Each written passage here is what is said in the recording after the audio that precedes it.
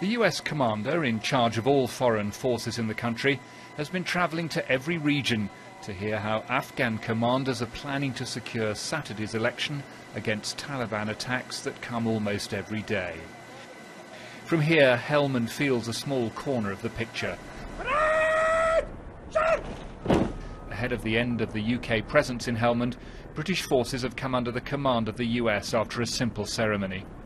Afghan forces, now leading the fight against the Taliban, lost more men in Helmand in the last few months than Britain did in more than 8 years. When I talk to Afghans in Helmand, for example, Afghan soldiers and police in Helmand, they're fighting hard. They are fighting hard. I don't think it's any easier. The issue is the complexity of it, and the complexity has changed a lot, and we do not want to have losses while as we pull out of bases and consolidate. Afghan police are now on their annual attempt to rip up opium poppies. One of Tony Blair's reasons for sending troops here was to cut poppy production. Whatever else the British may have done, production of poppies soared. As Helmand became less secure, the Taliban encouraged planting. Farmers felt they had no alternative but poppies. It doesn't take long to destroy a field of poppies. At this time of year, they're not very tall. There are only a few flowers, but in just a couple of months, these would be dried seed pods, the source of opium. Counter-narcotics officers destroy only a small proportion of the crop.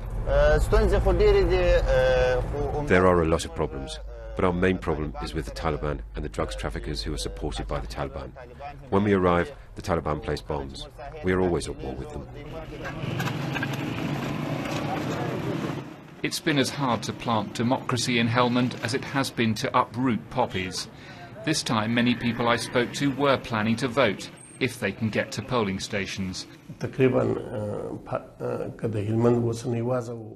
election officials here admit voting cannot take place in 1/3 of the province because of insecurity.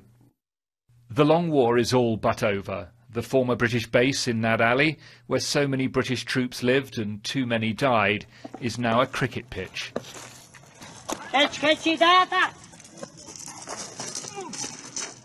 The walls still standing are from an even earlier war, and Afghanistan is still not at peace. David Loyn, BBC News in Helmand.